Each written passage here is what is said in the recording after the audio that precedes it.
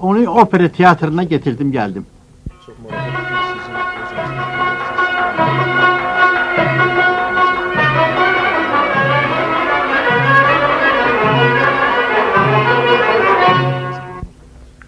sizin 1965-ci ildə Ümum Bakı demək olar Respublika üzrə müsabiqə keçirilirdi. Həmin bu müsabiqədə biz bir gözəl səsli oğlana rast gəldik. Gözəl muğamları ilə, mahnıları ilə. Müsabiqədən sonra onu münsiflər heyətinə çağırdılar.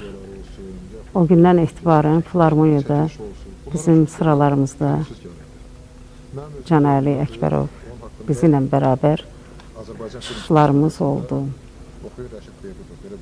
Ondan sonra mən Can Əlini öz konsert dəstəmə dəvət elədim. 12 il bir yerdə biz Azərbaycanın rayonlarına, kəndlərini qarış-qarış gəzmişik, başqa respublikalarda olmuşuq. Can Əli haqqında, sənəti haqqında onu deyə bilərəm ki, çox böyük, gözəl, yüksək diapazonlu səsə malikdir. Çünki bu başqa cür ola bilməz. Mən Lənkəranda onların evində olmuşam. Onun atası da gözəl səsə malik olan xanəndə, tanınmış xanəndədir.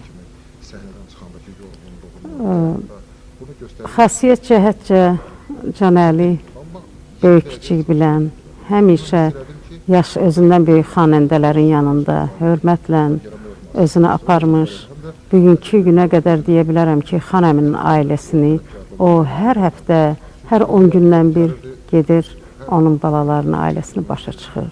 İlk dəfə Leyli Məcnunda Can Əlini gördüm. Doğrudan da 58-ci il, 57-ci il Əbülfət Əliyevlə mənim operada çıxış edədiyim günlər yadıma düşdü. O qədər sevindim Can Əlinin burada Leyli Məcnunda, sonralarsa Əsli Kərəm, Aşıq Qərib, Şah İsmail və digər operalarımızda oxuduğuna çox sevinmişəm. Ona can sağlığı arz edirəm. Daha da başqa-başqa rollarda Can Əlini görək, müvəffəqiyyətlər arzu edirəm.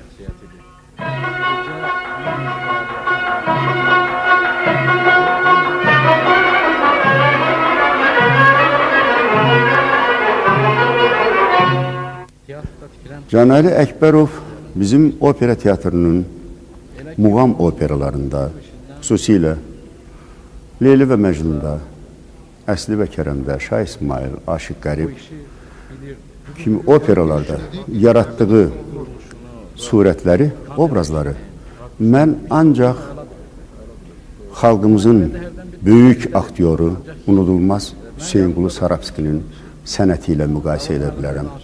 Və cəsarətlə deyə bilərəm ki, o sənətin davamçılarından, ən yaxşılarından birisi də bizim Can Əli Əkbərovdur.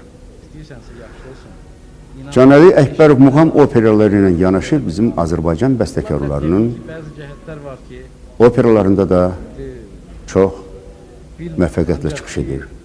Fikrət Əmirovun Sevil operasında, Şəfiqə Axundobanın Gəlin Qayası, Məmməd Quliyevin Aldanmış Kəvakib və başqa operalarda da özünə məxsus müvəffəqiyyətlər çıxış etmişdir.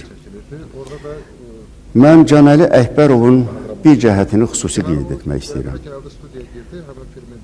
Can Əli Əkbərov bu yaxınlarda Bakı Orta İxtisas Musiqi Məktəbinin Dövlət İmtahan Komissiyasında sədr olmuşdur. Məktəbin müdürü Bayandur Mehtiyov çox böyük razılıq hissi ilə mənə danışırdı ki, Can Əli Əkbərov öz sənətini o qədər gözəl bilir ki, muğamın bütün incəliklərini buraxılış tələbələrindən qayğıkeşliklə, həssas qəlbliklə o həmən dövlət imtahanında nümayiş etdirdi.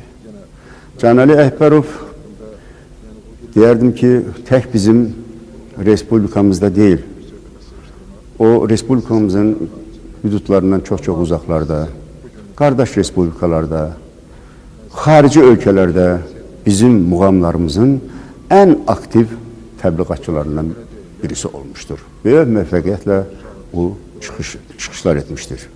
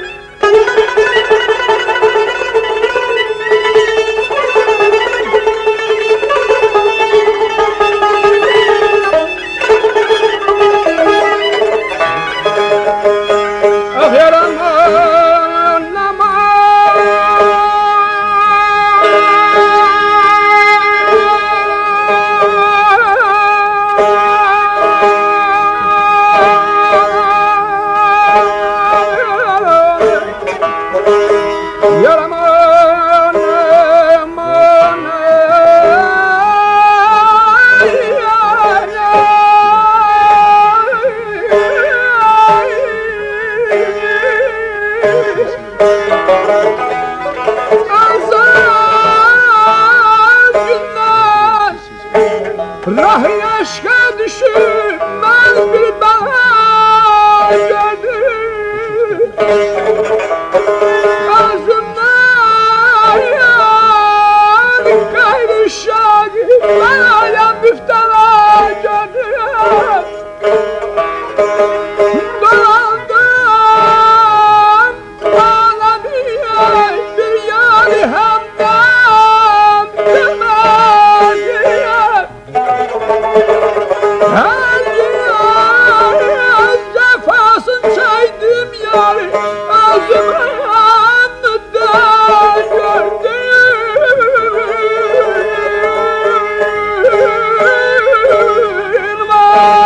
vay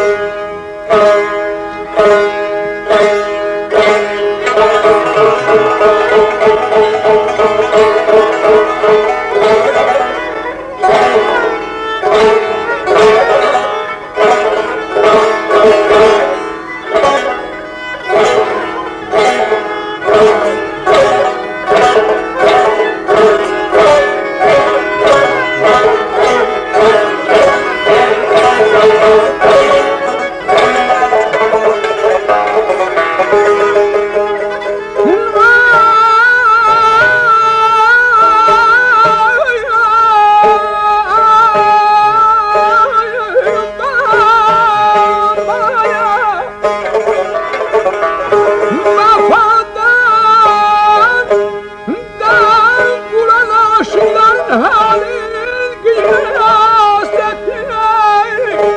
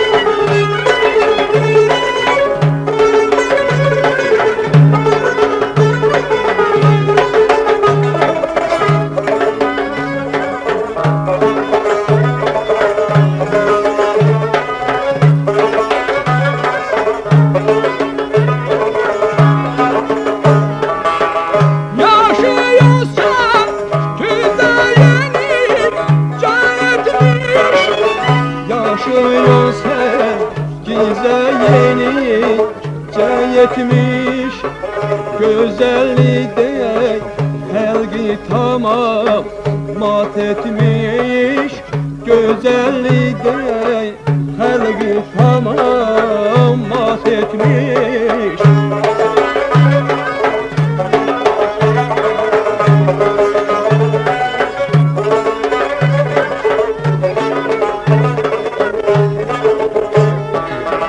Geçte çıkmış yar geldiğin eşitmiş.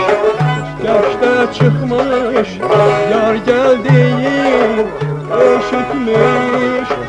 Aman yar bey, güzel yar bey, gül yarım, küstürmüşsün, gel kendime al yarım.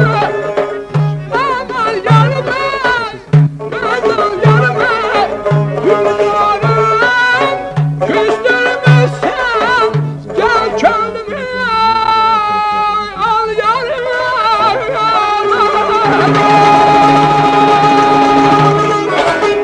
Canəli, Lənkəranın çox zəngin, ləziz bir mətbəxi var. Amma 10 gün dalbadal ləvəngi yiyəndə adam ondan bezəcək. Ən gözəl təbiət mənzərəsində 5 dəfə dalbadal baxandan sonra da adamın gözü yorulur. İnsan hər şeydən doya bilir, bezə bilir.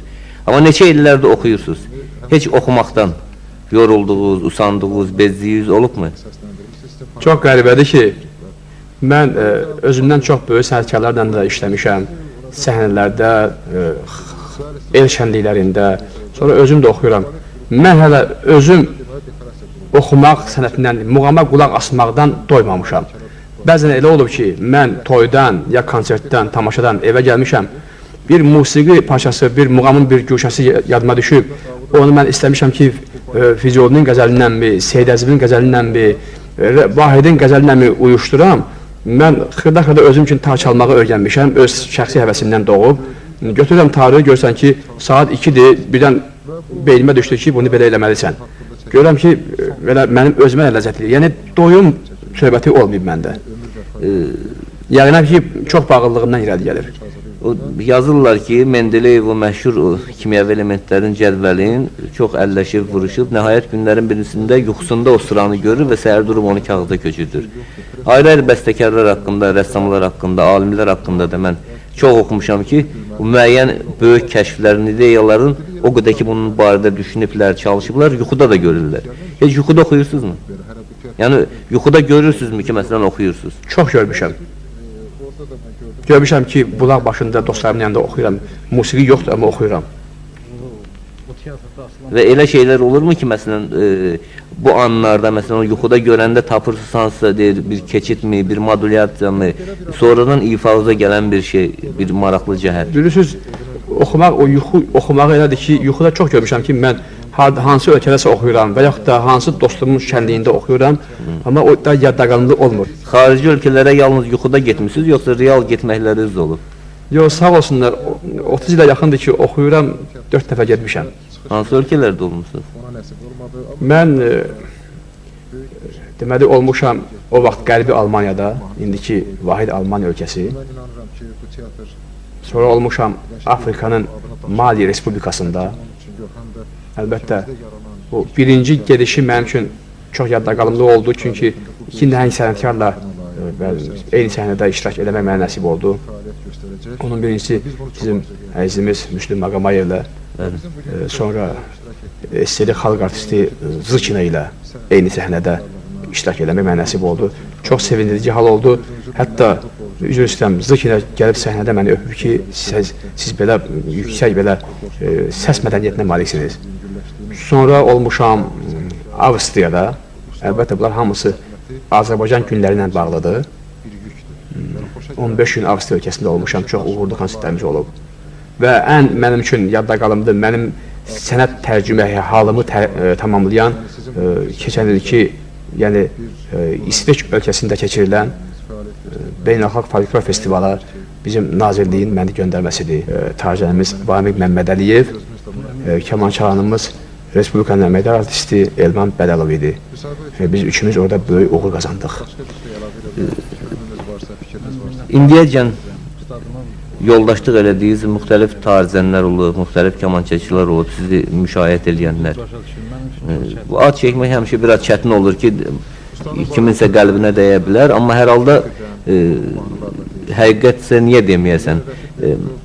Sizi müşahidə edənlərin içərisində bu sənət bioqrafiyonuz boyunca ən çox sizə kim yaxın olub, kimlə işləmək sizin üçün daha asudə, daha rəvan olub? Mən yenə əvvəlki fikirlərimin bir qismini tamamlamaq istəyirəm. Mən xoşbəxt sənətkaram. O nöqtə-nəzərdən ki, mən sənətimizin qaymaqları ilə işləmək mənə nəsib olub. İstər xanəndəlik sənəti, istər çalğı sənəti. Mən Xan Əmini görmüşəm, Seyir görmüşəm, Mütəllim görmüşəm, Zülfü bəyi görmüşəm, Əbülfəti, Sara xanımı, Şövkət xanımı, Rəhməti Rübaba xanımı, Kəzban xanımı, Fatma xanımı, bunların hansının birisi ixtiyarım yoxdur, bunların adlarını çəkməyəm. Bunlardan bir tərbiyə almışam və özümü xoşbəxt sayıram ki, Rəhməti Hacının tarını oxumuşam, uzun illər yoldaşlıq eləmişik. Rəhməti Əhsənin tarını oxumuşam. Mən elə Nəcib Tarçalan görməmişəm. Məsələn, Hacının tarını oxumaqla, Əhsənin tarını oxumaqla, Bəhramın tarını oxumaqla, Vamiqin tarını oxumağın arasında bir fərq var axı. Yəqinən ki, bu fərqlər nədən ibarətdir? Bu artıq məsələnin sənət tərəfidir, mənim üçün maraqlıdır. Bilirsiniz, Hacı özü çox ciddi adam idi. Onun ciddiliyi, onun xarici görkəmində də bürüzə verirdi. Kəskin belə tələbkar idi. Ona görə mən həmişə, mən bunu öz payıma düşən danışıram, həmişə ondan oxuyanda özümü tamam yığışdırırdım. Çünki Hacının tələbini ödəmək, Hacı elə bir standart, yəni yeknəsər çalan idi. Amma hər dəfə qulaq asanda yeni aləm, yeni dünya göz qabağında canlanırdı. Bəhrəmlə çalıb oxumaq mənim üçün çox rahat idi. Çünki Bəhrəmin təbiətində xüsusi bir həlimlik vardı. O, insanın daxili aləmi, nə tərsə onun yol yerişi, danışığı, həlim isə onun yəqinən ki, sənətinə sitayiş edir, sirayət edir. Əhsəndə xüsusi bir təmkinlik vardı. O təmkini, görürsən, onun çalğısında da vardı. Əhsən həmişə o musiqi parçalarını təmkinlə çalırdı. Sən də məcbur oldun təmkinlə oxuyasan. Kəskin danışanla gəlir, kəskin danışarsan da, yəqinən belədir. 30 il bundan əvvəl oxuduğu Seygahla, 30 il bundan əvvəl ifa elədiyiniz, deyək ki, Rastla, ya digər bir muğamla, bugün ifa elədiyiniz həmin muğamların arasında əsas fərqi nədə görürsünüz? Əlbəttə, bu çox doğru sualdır. Mənim 30 il bundan qabaqki təcrübəm onda yox idi. İndi təcrübəm var. İndi mənim sənətdə bişməyim, puxtələşməyim var. Sənəti dərk eləməyim var. Hisslərimin zənginliyi, mənə bütün bu imkanlar. İndi elə bir məqam olur ki, bəzən səslə olan şeydə bu səs telləridir. Mənə misal üçün bir balaca soyuq dəyəndə bütün xanəndələr bilirlər. Mən misal üçün hamı üçün olur, mənim üçün də. səsim düz olmayanda da o ustalığımdan istifadə edib, ustalıq mənim karıma gəlir. Bəli. Amma qabaq səsimin düz olan vaxtında da ürəyim bəzən istədiyim kimi alınmırdı. Bütün bunlar cəmləşib indi yeni bir forma alıb, məzmunlu bir forma alıb. O məzmunlu formada mənə imkan verir, mən sənətimdə heç vaxt o bayağı mahnılara yol verməmişəm. Həmişə məzmunlu, bədii cəhətdən güclü, istər əgər o şeirin bədii cəhətdən güclü təsiri varsa, yəqinən ki, ona qoşulan musiqi də onunla vəhdət təşkil edir, əsrlər boyu yaşayır. Hətta bir dəfə bir toyda mənə sual verdilər ki, niyə müasir mahnı oxumursunuz? Dedim ki, 2 mahnı yanaşı qoyuram. Bir mahnının bir 100 yaşı var mən biləni, bir mahnının bir 5-6 yaşı var. Əzim ruhiyyə, bir mənə zəng elə ey ruhiyyə, zəng elə ey ruhiyyə. Bir mahnı, yeni mahnı. Bir də ki, gedin deyin xan çobana, gəlməsin bu il muğana. Muğan batıb nahaq qana, apardı sellər saranı.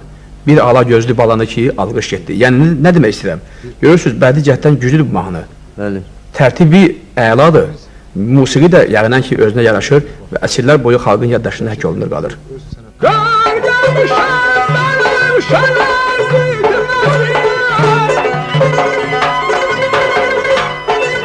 bitməsin. Yaralılar xaralığa kəşməsin. Qaralarım, qaralarım, qaralarım,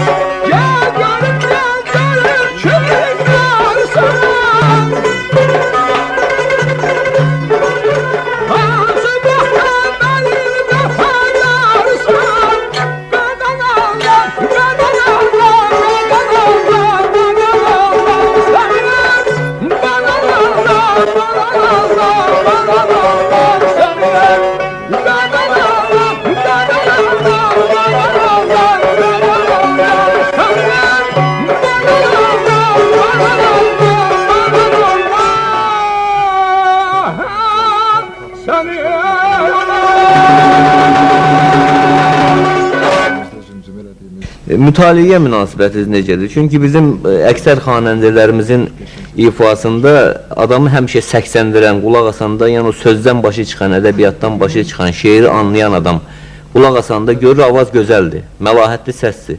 Amma söz ki, hörmətdən salınır, söz ki, Oğuzhanadan çıxardılır o oxumağın içərisində. İstər-istəməz o ifanın təsiri də adama xeyli azalır.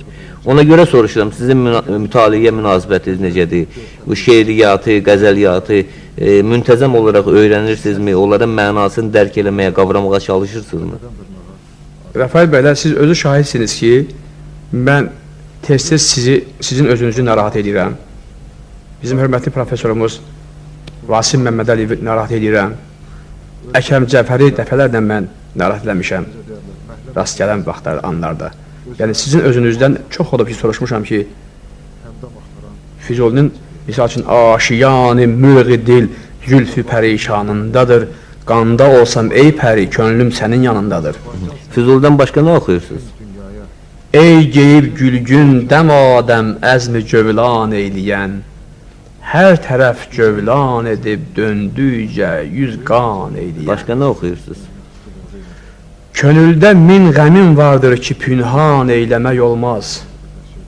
Bu həm bir qəmi ki, el tənindən əfğan eyləmək olmaz. Daha nə? Eylə sərməstəm ki, idrak etməzəm dünya nədir? Mən kiməm? Saqi olan kimdir? Mey-i səhba nədir? Yenə var? İlk dəfə Füzuldan öyrəndiyim xanəminin bir plastinkası vardı. İlk qəzəli orada öyrənmişəm. Lap körpə vaxtımdan. Saqıya cam tut ol aşiqə kim qayğılıdır. Qayğı çəkmək nə üçün cam ilə aləm doludur. Qutardı yoxsa yenə var? Çoxdur. Məsələn?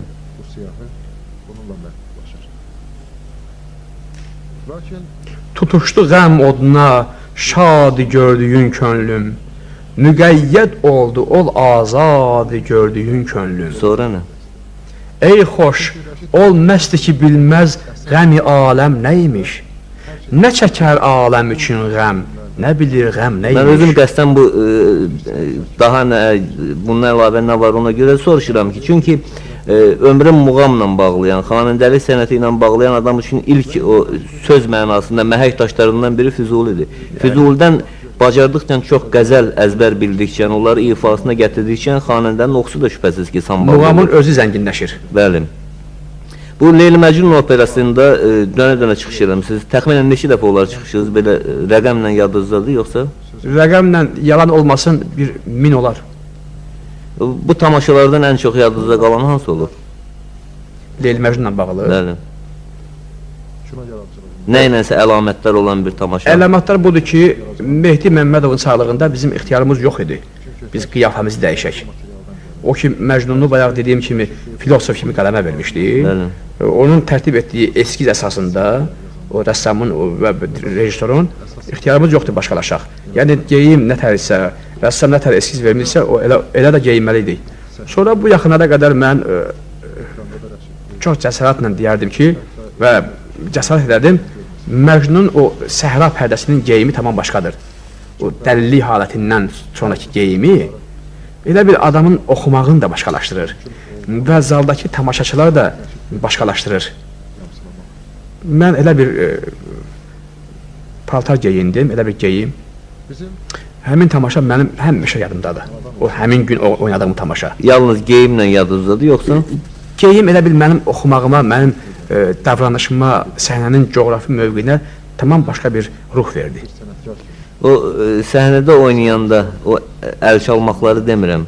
O tamaşaçı reaksiyasını necə hiss edirsiniz rolda olanda? Alqışla ancaq. Çünki bilirsiniz nəyə görə soruşuram? Əgər bu adam roldadırsa, büsbütün bu rola qapılıbsa və eyni zamanda fikirləşirsə, gözü bir gözlə zaldadırsa, tamaşaçıların sifətlərindədirsə, demək o rolda deyil də, əslində roldan çöldədir. Bəli, mən iki şeyin əleyhinəyəm. Aktyor müğənni, əgər onun gözü zaldakı qohumlarındasa, əllərdə gətirdiyi güldəsə və onun bir qulağı şişələnib suflörün dilinə, ağzına, o roldan bir şey çıxmaz. Aktyor müğənni, aktyor gərək öz partiyasını, tərəf müqabilin partiyasını əzbərdən bilə, özünkiləşdirə. Onda sən təbii oyun tərzi göstərirsən, təbii oxumaq nümayiş edirsən. Əks halda başqa cür alınır. Sen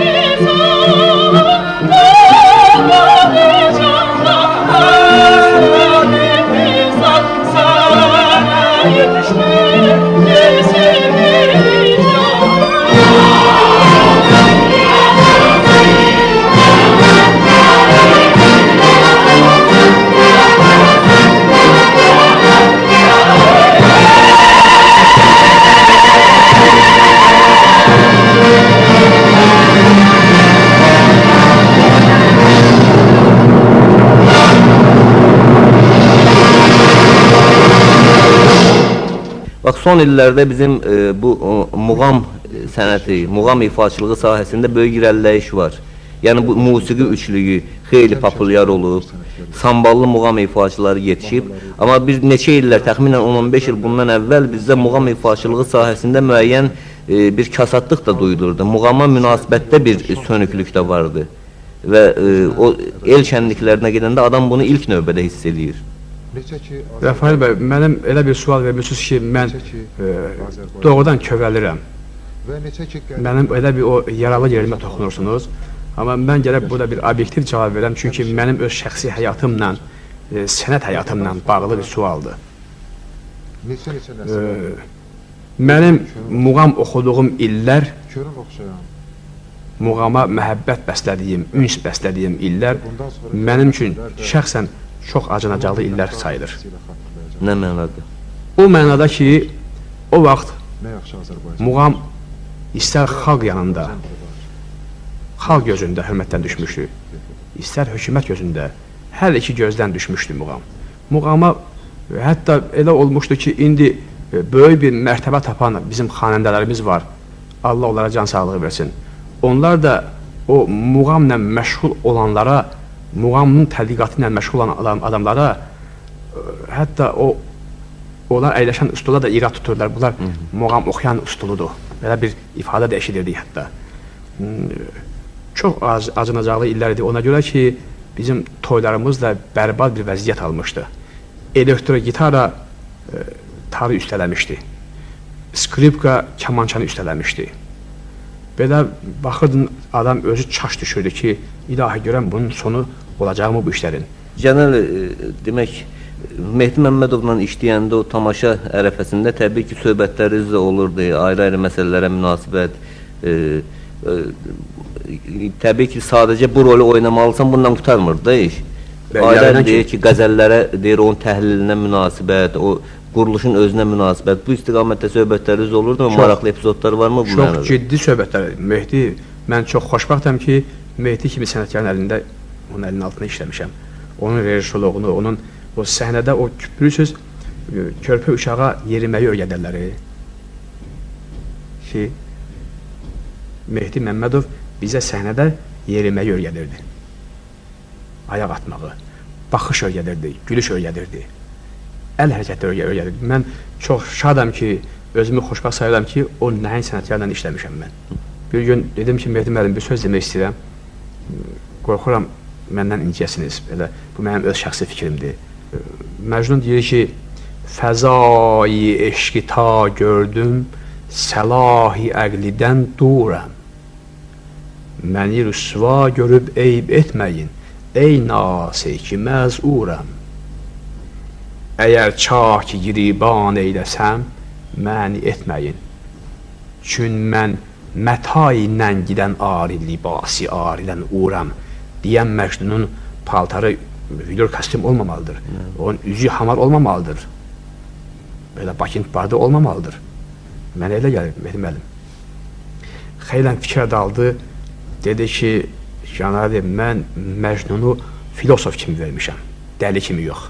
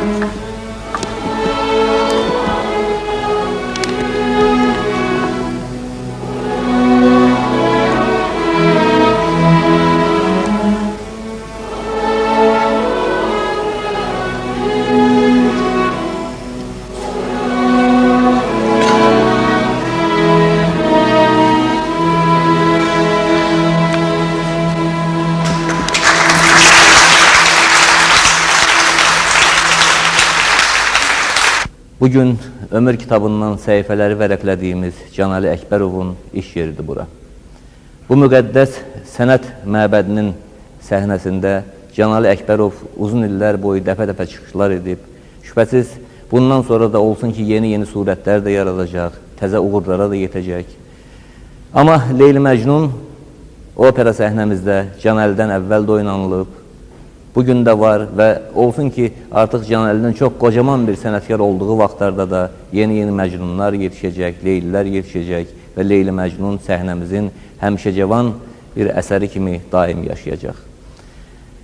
Və günlərin birində Leyli Məcnunda çıxış eləyən, baş rolda çıxış eləyən Can Əli Əkbərovun adı həmin gün tamaşanın olacağını xəbər verən afişalarda olmasaydı, təbii ki, Can Əli bundan küsərdi, inciyərdi və eyni iş hər hansı başqa bir ifaçının başına gəlsəydi, onun da xatirinə dəyərdi bu məsələ.